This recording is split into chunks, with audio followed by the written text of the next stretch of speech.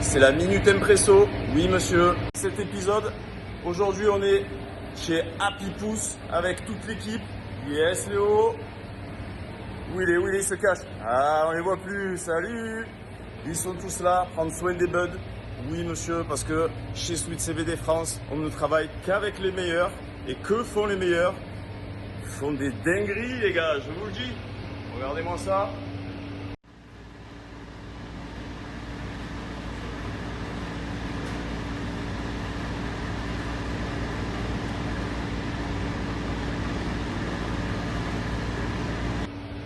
Quatre nouvelles strains qui vont sortir très bientôt, on vous en parlera. Elles vont très certainement terminer sur le site Sweet CBD France parce que ça sent très très bon, moi je vous le dis. Ça sent très très bon.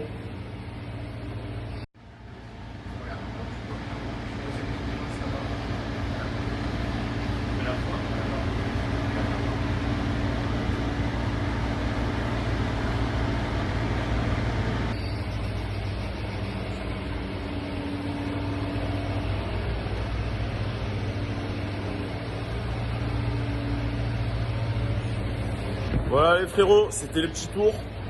Bisous de nous les hunters.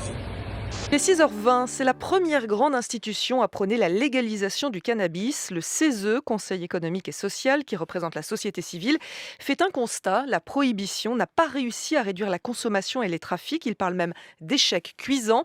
Bonjour Amine Benyamina. Bonjour. Vous êtes médecin, psychiatre, addictologue, président de la Fédération française d'addictologie, chef du service d'addictologie de l'hôpital Paul Brousse à Villejuif. Vous aussi, vous êtes pour une légalisation ? En réalité, c'est une situation d'échec en matière de santé, en matière financière, en matière d'image de la République. C'est un échec total. Il y a un moment, quand on se plante sur tout, donc il faut se remettre en cause. Je vous trouve assez fataliste. Non, je ne suis pas fataliste. Je suis pragmatique en regardant quel est notre projet de société. Aujourd'hui, ce que je vois, c'est que... On n'y arrive pas, donc on lâche l'affaire. Non, c'est pas qu'on n'y arrive pas, c'est que personne n'a jamais réussi, en fait, à éradiquer quelque chose qui est maintenant une pratique pour 30% de la population. Donc, en fait, je dis, pourquoi cibler toujours les vendeurs et pas les consommateurs? Pourquoi dire, on va sanctionner tous les parents des enfants qui fument, et là, on va sanctionner tous les enfants des CSP+. Vous le dites de manière très théorique. J'ai envie de dire, pourquoi allez-y? Parce que moi, personnellement, je pense qu'il faut légaliser le cannabis. Voilà, je pense comme Arnaud Robinet, maire de Reims, DLR. Je pense comme les 20% maintenant des États américains qui l'ont fait. Je pense comme le Portugal. Alors, évidemment, je suis pour la légalisation, mais ce qui est intéressant dans le rendu du CESE, ce sont les éléments dans lesquels ils détaillent leurs pensées.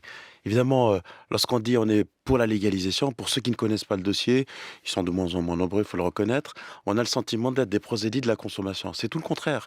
La légalisation est une démarche de réduction des risques qui a pour mission de venir couper la course folle de la consommation des drogues et du cannabis, en particulier en France, notamment chez les jeunes, par une politique pragmatique. Au lieu d'attaquer, en gros, finalement, l'émetteur, on protège le récepteur. Et protéger le récepteur, ce sont les jeunes, ce sont les personnes vulnérables, par une politique pragmatique qui limite, qui amortit les effets de la consommation du cannabis dans la population. C'est nécessaire pour les raisons que vous avez évoquées, parce qu'on a la législation la plus répressive d'Europe et la consommation la plus élevée, les champions de la répression, les champions de la consommation. Et puis nous, on a observé à l'occasion des dernières élections allemandes que dans le projet de coalition allemande, à l'horizon, la légalisation envisagée dès 2024 de la production, du commerce et de l'usage du cannabis. Donc on s'est dit que le débat allait de toute façon revenir en France, et comme on vient de le voir, un débat qui est tout de suite passionné, qui n'échappe pas au positionnement idéologique, comme s'il fallait renvoyer dos à dos d'un côté les partisans de l'ordre et de l'autre les partisans de la permissivité. C'est beaucoup plus complexe que ça en réalité. Je vais vous faire une petite confidence. J'ai adoré lire ce constat. J'avais le sentiment de rêver, très honnêtement, parce qu'il a été non seulement pragmatique, mais il a fait le constat d'un échec cuisant des politiques répressives, seul, je ne dis pas qu'il ne faut pas en faire, seul, comme l'ont fait l'ensemble des pays autour de la France, comme une grande majorité de pays qui ont opté pour cette politique de réduction des risques, in fine passant par la légalisation, mais pas n'importe comment. Et tout ce qui est proposé me va, parce que ça fait partie des choses sur lesquelles on travaille, sur lesquelles on a écrit, sur lesquelles on a fait des propositions depuis de longues années. C'est officiel. L'Allemagne légalise le cannabis récréatif. À Berlin, le Parlement aura connu des débats houleux, mais le texte a fini par être adopté ce vendredi à 407 votes pour et 226 contre. L'Allemagne devient ainsi le pays avec une loi sur le cannabis les plus libérales d'Europe. La vente et la production de chanvre sera encadrée. Il faut que la France invente son modèle. La France est un grand pays. La France n'est pas l'Espagne, n'est pas des petits pays dans lesquels on a pu avancer. La France est un grand pays multiculturel, traversé par des frontières dans lesquelles on a déjà modifié le cadre légal, des pays qui ont des liens avec des pays producteurs de cannabis, des pays à la fois dans le nord et dans le sud. Donc il faut qu'on invente notre modèle. Et pourquoi pas un modèle mixte? Pourquoi pas remettre en place des choses de cette nature? Donc il faut très vite se poser et mettre en place des éléments de cette nature. Bonjour. Et aujourd'hui, Vincent, vous ne comprenez pas pourquoi l'Allemagne a légalisé le cannabis à usage récréatif. Ah oui, déjà en Allemagne, il faudrait légaliser l'humour, ce serait pas mal hein, pour commencer. Légaliser le cannabis sous toutes ses formes, quelle que soit la façon de le consommer? Alors évidemment, là, on rentre dans le détail. Je prends un exemple tout simple. Il y a actuellement une commission qui travaille sur le cannabis dit thérapeutique. On a banni le cannabis, les fumées.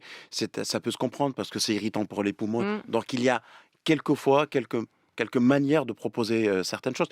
À partir du 1er avril, il sera possible d'acheter et de consommer du cannabis récréatif en toute légalité ici en Allemagne. Mais cette nouvelle loi divise. Nous sommes allés demander leur avis aux Sarrois.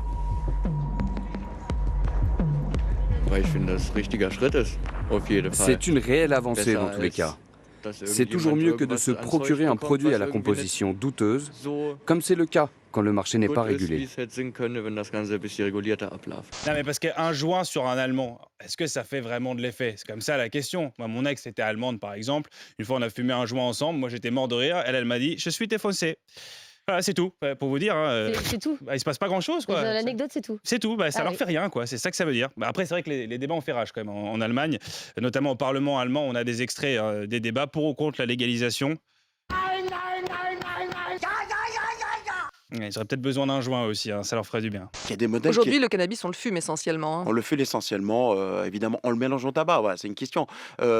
Pourquoi ne pas faire une campagne pour alerter sur la consommation du tabac associé au cannabis? Au Canada, on propose par exemple du cannabis avec des dosages précis, on a finalement l'ADN du cannabis consommé. On peut penser à beaucoup de modèles. Et puis, on a la typologie du consommateur en France. On peut adapter l'offre, étatique ou non, faire peut-être un modèle mixte, privé-État. Je me fais du souci pour mes enfants et mes petits-enfants. Beaucoup de maisons en Sarre et en Allemagne ont un petit jardin. Et si chacun se met à y faire pousser des choses comme ça, les enfants de 5 ans, 6 ans, 7 ans vont être témoins de ça. Ils vont vouloir faire pareil. Donc légaliser le cannabis, mais pas pour les mineurs. Ah, évidemment que non. Les mineurs, ce qu'il faut pour eux, c'est concentrer les moyens à la fois, évidemment, répressifs, scientifiques, somatiques et matériels pour leur faire une campagne réelle sur la réalité. Vous savez, il y a très peu de campagnes qui parlent du cannabis pour une raison toute simple. C'est un produit interdit, donc il n'existe pas. Quand il n'y a pas de problème, il n'y a pas de solution et vice-versa. Mais vous êtes favorable ou pas à la légalisation du cannabis en Allemagne? Bah oui, ça va faire des rentrées d'argent. En 2050, les 3 plus grandes familles allemandes, ça sera les Engelmann, les Bergmann et les toxicomanes. C'est pour vous dire, hein, le seul truc, oui, elle passe bien. Le seul truc, c'est juste que cette légalisation intervient un peu tard à mon goût, quoi. Il aurait fallu légaliser la bœuf en 39, quoi. Si on avait donné du cannabis aux nazis, par exemple, ça se serait beaucoup mieux passé. Qu'allons-nous fumer aujourd'hui? Personne, de la bœuf, voilà, simplement de la bœuf. Nous aimons tout le monde. On a les résultats, on a les rapports de la légalisation au Canada. À Malte aussi, peut-être? Parce que j'ai vu que Malte aussi... Malte aussi, et on n'a pas vu une inflation de la consommation. Au contraire, on a baissé la consommation chez les jeunes. Mais est-ce que le point de départ était le même? Parce que nous, en France, on est de gros consommateurs. Bien sûr, le point de départ était le même. Mais les mêmes numéros en Europe, je crois, la France. Alors, il ne faut pas comparer les nombres de personnes consommateurs. Il faut comparer le nombre de personnes consommateurs dans un milieu précis. Alors, concrètement, comment ça marche? Les Allemands pourront cultiver 3 plants chez eux pour leur propre usage ou alors se fournir directement via des associations à but non lucratif. Ces clubs pourront vendre 25 grammes maximum par jour et 50 grammes maximum par mois à chaque adhérent. Avec cette loi, le gouvernement espère mieux contrôler la vente et la consommation de cannabis. Donc, la prohibition, alors je vais dire à Jean-Claude, c'est un ami, on travaille dans le même groupe hospitalier. Chiche, puisqu'on a expérimenté depuis 70 la prohibition, pourquoi ne pas expérimenter un bout de légalisation et se faire son constat? Alors pour le moment, on sait que dans la classe politique, hein, c'est pas la piste de la légalisation n'est pas la plus partagée. On sait qu'Emmanuel Macron, la dernière fois qu'il n'a pas évoqué ce sujet, c'était pour dire qu'il n'était pas favorable et il n'est pas le seul, le ministre de la Santé non plus. Comment l'expliquez-vous? C'est un tabou pour les politiques? Aujourd'hui, le cannabis pose un problème, en effet, de sécurité, de lien avec la délinquance dans des quartiers difficiles, de financement de réseaux occultes. Et donc, on voit bien que la légalisation du cannabis a des intérêts de ce point de vue et a une forme d'efficacité.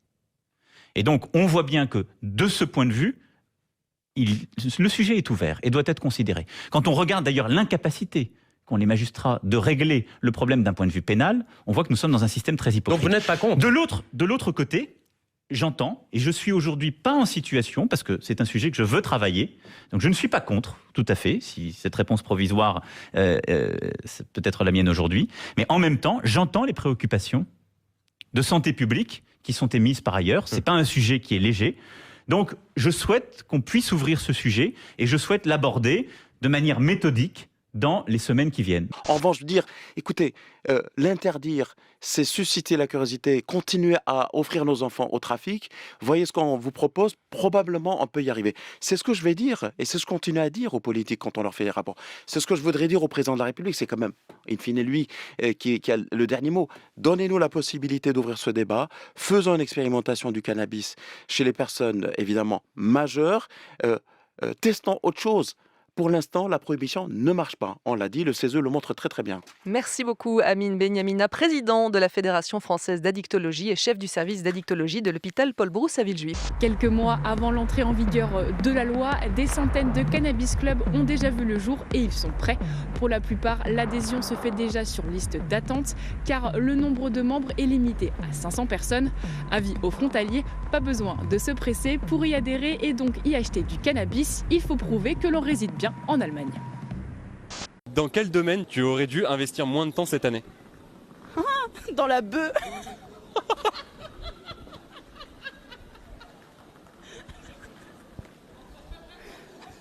Ah, j'étais pas prêt.